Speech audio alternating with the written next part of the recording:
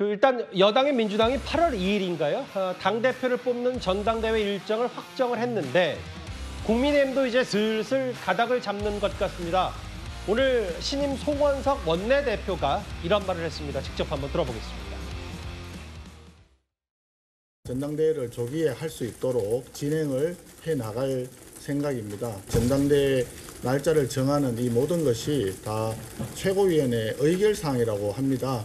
비대위원장을 제외한 비대위원이 지금 공석이기 때문에 다소 정치적인 의사결정이 필요한 그런 상황인 것 같습니다. 개혁은 누구의 전유물이 될 수도 없고요. 특정 세력에 많이 개혁을 할 수 있는 것도 아니라고 생각을 합니다. 이 개혁의 주체는 결국 민심과 당심을 모아야 되고, 그런 면에서 저는 빠른 전당대회를 통해서 새로운 지도부가 정당성을 갖고 개혁을 추진해야 된다고 생각을 합니다. 민주당이 8월 2일인가 3일에 새로운 지도부를 탄생시키기 때문에 저희가 너무 늦어지면 저희로서는 또 대응 역량이 떨어질 수밖에 없다고 생각을 합니다. 송원석, 나경원 두 사람의 목소리를 좀 들어본 이유가 뭐냐면요. 윤기찬 부위원장님. 실제로 신임 원내대표의 말 중에 조기 전당대 준비, 논란이 있고 일각에서는 개파끼리 싸울 테니까 전당대 하지 말자라는 얘기도 있었는데 신임 원내대표가 조기 전당대라는 말을 공식적으로 언급했어요? 그러니까 본인이 원내대표에 출마할 때도 두 분 다 그 당시에 이제 후보자 세 분이죠. 세 분 다 조기 전당대회 말씀을 하셨고, 그러니까 조기 전당대회 조기라는 말이 이제 어느 시점인지에 대해서는 아직 구체화가 안 됐죠. 저 부분은 이제 당내 기구를 구성하고 그 기구에서 이제 결정을 해야 되는 부분이 없지 않아 있는데, 문제는 이제 정기국회가 9월부터 시작이 되기 때문에 정기국회 중에서도 국정감사 전에는 전당대회를 해야 되거든요. 그러니까 민주당이 8월 달이기 때문에 저희는 늦어도 9월 달 이전에는 해야 된다. 9월 초에는. 그렇다면 지금 이제 비대위를 구성할지 아니면 김용태 비대위원장 임기를 연장해서 비대위원을 새로 구성할지 뭔가 얼른 결정을 해야 되는 것인데, 아직까지 그거에 대해서 당내 의견 수렴 과정이 있는 듯 합니다. 그러니까 이제 송원석 원내대표는 재선, 3선 이렇게 의원들을 별도로 만나서 의견 취합을 하고 있는데 어찌됐든 의사결정을 빨리 해야 될 것 같아요. 안 그러면 당내 좀 목소리가 또 계속 새어나오게 되고, 마치 이제 김용태 비대위원장이 주장했던 개혁안에 대해서 신임 원내대표가 반대하는 듯한 이런 또 인상을 주게 되면 그 또한 국민 여론에 안 좋은 영향을 미치기 때문에 일단 로드맵 빨리 잡아서 해당 기구를 비대위원을 구성하든 어찌됐든 빨리 뭔가 의결기구를 구성해가지고 정리를 해 나가야 되는데 조금 늦어진다는 감이 없지 않아 있습니다. 최수영 평론가님, 근데 이제 사실 전당대회가 언제 하려는 것보다 중요한 건 국민의힘이 뭔가 이제 전열을 가다듬고 뭔가 거리둘 건 거리두고 쇄실할 건 쇄실해야 된다. 그게 김용태 비대위원장 얘기기도 한데 강제 후보 교체 파동이라든지 혹은 이 탄핵과 계엄 관련돼서 무효화 이런 당론. 근데 이 개혁안에 대해서 그럼 이렇게 김용태 비대위원장이 임기가 끝나면 다 유야무야 되는 겁니까? 그렇다고 봐야 되겠죠. 자, 근데 제가 혁신위원회라는 게요. 정당 역사상 두 가지 성격을 갖습니다. 모든 혁신이라는 얘기를 꺼내는 순간 어떤 두 가지 의미가 있냐면, 첫 번째는 하나는 시간 벌기용으로 혁신이라는 단어를 통해서 조금 일종의 브릿지용으로 좀 시간을 벌고 건너가기를 하자는 그런 측면 하나 있고, 또 하나는 제대로 혁신하는 건 당의 환골탈태를 하는 그런 혁신이 있습니다. 근데 지금 이 신임 원내대표가 하는 이 혁신은 어찌 보면 약간 시간 벌기 같은 느낌이다. 왜냐하면 김용태 비대위원장이 얘기했던 5대 혁신안이 사실상 혁신과 쇄신의 전부일 수 있는데, 자, 그러면 이걸 뛰어넘는 다른 혁신안과 쇄신안이 뭐가 나올 수 있는 것인가? 결국에는 이와 유사한 것이라든가 아니면 이것보다 약간 낮은 레벨의 개혁안들이 나올 텐데, 그러면은 결국 이건 이중 구조 아니냐. 김용태 위원장의 임기가 끝난 다음에 결국 그 비슷한 걸 가지고 결국에는 그걸로 개혁이라는 이름으로 두루뭉술하게 넘어가는 그런 차원의 하는 의구심을 받고요. 더 중요한 거는 혁신안에 대해서 혁신위원회 구성의 법적 권한은 당대표, 즉 지금 비대위원장에 있습니다. 근데 비대위원장이 반대하는 혁신위를 지금 구성해서 어려우니까 비대위원장 임기 뒤로 가겠다? 저는 그래서 이런 의도가 무언가 말하자면은 결국 당의 구주류가 시간을 벌어서 혁신과 쇄신이라는 이름을 약간 무마시키면서 본인들의 의지대로, 본인들의 타임라인대로 끌고 가려는 의도가 아니냐, 의심을 가질 수밖에 없죠. 글쎄요. 김용태 비대위원장이 엄청나게 거창한 혁신안을 내민 것도 아니고 비교적 파면된 윤석열 전 대통령과의 여러 거리두기 차원, 이 정도는 당이 바꿔야 되는 거 아니냐는 취지였는데 모르겠어요. 이렇게 되면 김용태 비대위원장 임기는 임기대로 끝내고 모든 게 성원석 원내대표 중심으로 되긴 할 텐데 일단 알겠습니다. 근데 만약에 이 송 원내대표의 기대로 조기 전당대회가 열린다면 뭐 한동훈 대 김문수, 김문수 대 한동훈 지난 대선 경선에서 맞붙었던 두 사람이 다시 맞붙을 수도 있습니다. 그런데 한동훈 전 대표 주변에서는 출마하지 말아야 된다는 목소리도 제법 있는 것 같습니다. 한동훈 전 대표는 뭐 고심 중에 있지만 저는 이렇게 봅니다. 제 의견은 이제 한동훈이라고 하는 존재는 정말 보수 재건의 최강병기예요. 최강병기. 그런데 동시에 최종병기이기도 합니다. 한동훈마저 무너지면 뭐 보수 재건이고 혁신이고 이건 이제 사라집니다. 지금 굉장히 복잡해졌습니다. 일단 복잡해진 거예요? 여러 의견들이 예. 5대5라고 봤는데 요즘은 주변에서 좀 출마하지 마라 이야기들을 많이 하는 것 같아요. 아직까지 많이 과거에서 벗어나지 못한다는 느낌을 주고 있다 보니까 그래요? 한동훈 전 대표가 나와서 이런 어려운 당을 이끌어 나가는 것이 얼마나 힘들까.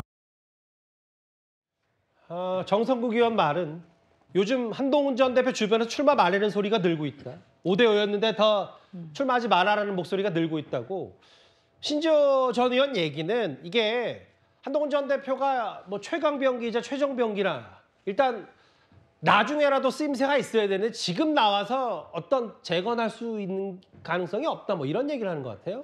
이번에 그 송원석 원내대표가 당선되는 그 과정을 보니까 예. 지금 보통 한 3명 정도가 출마를 하게 되면 1차 투표에서 과반 이상 얻기가 이게 쉽지가 않은 상황인데 예. 바로 송원석 원내대표가 60표라는 득표를 가지고 1차에서 바로 과반을 넘어서 당선이 됐어요. 이 모습이 뭐냐 하면 바로 지금의 국민의힘의 어떤 세력의 분포를 그대로 보여준 모습이다. 특히 친한계의 대리인격이라고 했던 김성원 의원이 얻은 표수가 전체 107표 중에서 30표밖에 안 되는, 그러니까 결국은 한 30% 정도 안팎의 세력밖에 확보하고 있지 못하는 예. 이 한동훈 대표 측의 고민이 여기에 있는 것인데, 이 구주류라고 하는 친윤계 쪽에서 한동훈 대표를 완전히 적대시하고 있는 이 분위기 속에서 과연 출마했다가 낙선하는 경우가 더 큰 위험성을 갖고 있는 거 아니냐, 이런 분위기도 지금 친한계 쪽에서는 생겨가지고 있는 것 같고 예. 지금 결과적으로 보면 그 친윤계를 대표해서 나올 수 있는 선수가 예. 사실상 김문수 전 후보밖에 없다라고 보여진다면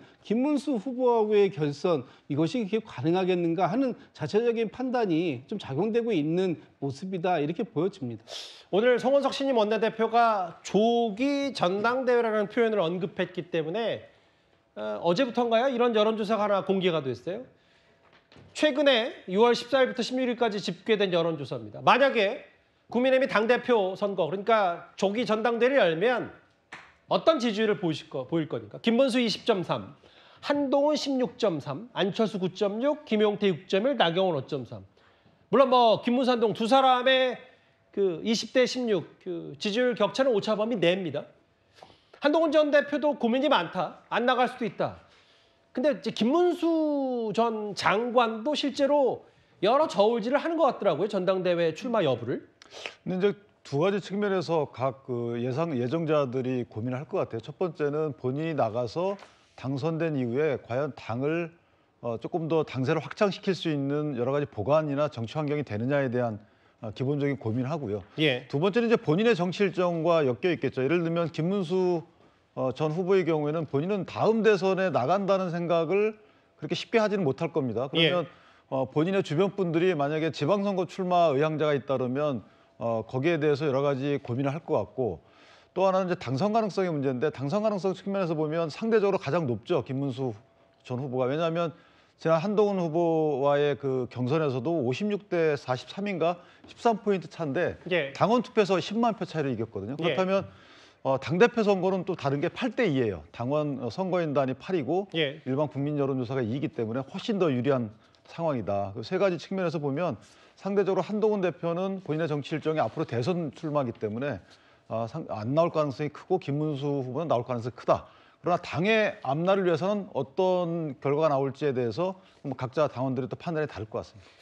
그 실제로 이런 게 있었어요. 어제도 저희가 전해드렸다시피 한동훈 전 대표가 이른바 뭐 국민의힘 내부의 최대 조직 중에 풀뿌리 조직 중에 하나인 세미준, 친윤들이 중심이 됐던 세미준 사람들을 만났다, 대표를. 왜냐하면 이게 더 주목을 받았던 건 정확히는 이제 새로운 미래를 준비하는 모임, 친윤 외곽의 최대 조직. 지난 전당대회, 작년 여름에 있었던 전당대회 전에는 한동훈 전 대표만 초청장을 못 받아서 뭔가 친한을 배제하는 거 아닌가 여러 가지 해석이 나왔는데 다음 화면을 볼게요. 그 최수영 평론가님. 네. 실제로 한동훈 전 대표가 당 미래 자산이고 뭐 출마 의지를 내비치 않았다. 1시간 정도 만났는데 뭐 제가 좀 더 알아보니까 이 세미준 회장이 미리 좀 한동훈 전 대표 쪽에 언지를 넣어서 접촉을 해서 네. 뭐 이런 얘기를 했다. 이게 좀 의미가 있는 겁니까? 의미가 있죠. 그리고 지난 대선 때 잘 한번 복기를 해보십시오. 그때 한동훈 대표 측근들이 경선에서 탈락한 대선 후보 경선에서 탈락한 다음에 뭘 했습니까? 당원 가입 운동 전개했습니다. 그 당원 가입 운동을 왜 전개했을까? 근데 그 당시에 이제 벌써부터 그래서 비판이 있었어요. 왜 대선 운동을 해야 될 시기에 왜 당원 가입 운동을 하느냐? 결국 이게 나중에 이게 대선 끝나고 당권 도전을 위한 포석 아니냐 이런 얘기들이 있었는데도 불구하고 한동훈 전 대표는 당시에 그것을 멈추지 않고 계속 캠페인을 전개했어요. 그 얘기 뭐냐면 결국 지금 윤기찬 변호사 말씀했지만 이번에 혁신위가 어떻게 하든지 간에 결국에는 여기 전대 룰을 바꾸지 않는 한 당원 80에 국민 여론조사 20입니다. 자 그러면 지난번 그 작년에 대표 경선에서는 한동훈 전 대표가 압도적으로 이겼지만 지금 이렇게 김문수 후보가 41%를 득표한 이 상황에서 과연 쉽게 당원 80의 마음을 얻을 수 있다? 생각 안 할 겁니다. 그런 측면에서 외곽의 최대 조직인 바로 이 세미준의 회장을 만나서 뭐 오해를 풀었다. 뭐 이런 얘기를 한다 했다는 거는 저는 결국에는 지금 뭐 정성국 의원은 출마 가능성이 5대5라고 얘기지만 저는 약간 출마로 기운 것이 아니냐. 그런 측면에서 결국에는 이번 아마 이 만일 당대표 선거가 이루어진다면은 김문수 대 한동훈의 결국엔 리턴 매치가 이루어질 수밖에 없고 두 후보 모두 공이 당연 쇄신을 얘기하고 있기 때문에 그건 어떤 쇄신의 방향성의 문제지만 결국에는 이번에 쇄신이라는 키워드를 통해서 한동훈 전 대표도 이 실기를 하지 않을 것으로 저는 지금 일정을 놓고 보면 그렇게 분석합니다. 최전 평론가가 밖에서 보셨을 때는 한동훈 전 대표 당대표 출마한다 이렇게 보시는군요. 네, 그렇습니다. 여론조사를 다시 한번 눈여겨볼 필요가 있는데 김문수 20, 한동훈 16, 나경원, 김용태, 안철수 965. 근데 여기 이 사람들 중에 아예 명시적으로 당대표 출마를 굳혀가는 사람이 눈에 띄어요. 바로 안철수 의원입니다. 화면을 좀 바꿔볼까요? 안철수 의원이 오늘 대구를 찾았습니다. 그 메시지가 있어요.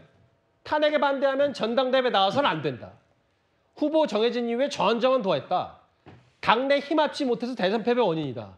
그러니까 김문수, 나경원, 윤상현도 안 되고 한동훈도 안 되고 그러면 안철수 본인, 당대표는 본인밖에 명분이 없다. 뭐 이런 얘기를 안철수 의원이 한 것 같아요. 정치적 명분은 본인에게 있다라는 말이 깔려 있는 것 같긴 합니다. 저는 근데 저희 얘기가 어느 정도는 설득력 있는 얘기라고 들리기도 해요. 왜냐하면 지금 국민의힘 내부에서 계파 갈등이 치열하게 벌어지고 있는데 뭐 구친윤계나 또는 뭐 친한계나 양쪽 모두 비판받을 지점이 분명히 있거든요. 지금 안철수 의원이 그 부분을 애둘러 얘기하는 것 같습니다. 특히 탄핵을 반대했던 부분에 대해서는 분명히 친윤계가 책임질 부분이 있다라고 이제 얘기를 하는 것 같고 그리고 친한계에 대해서도 과연 선거 기간에 얼마나 도왔냐 이 부분에 대해서 계속해서 공격할 포인트 있다라고 얘기하는 것 같기는 한데요. 근데 문제는 안철수 의원이 뭐 출마 의사가 있는지는 뭐 아직까지 뭐 구체적으로 공식화한 건 아니겠지만 출마를 한다라고 하더라도 아이러니하게도 계파가 없다라는 것, 계파색이 짙지 않다라는 것이 발목을 잡을 수도 있겠다라는 생각이 들거든요. 사실 정치는 어쨌든 세력이라는 것이 중요한 포인트가 되고 또 현실 정치에서는 중요한 포인트가 될 텐데 안철수 의원이 결국에는 본인의 세를 얼마나 만질 수 있는지 또는 지지세를 얼마나 늘려갈 수 있는지 이런 부분은 조금 불투명한 부분들이 있기 때문에 그런 부분을 보면서 확장세가 있을지도 한번 눈여겨봐야겠습니다.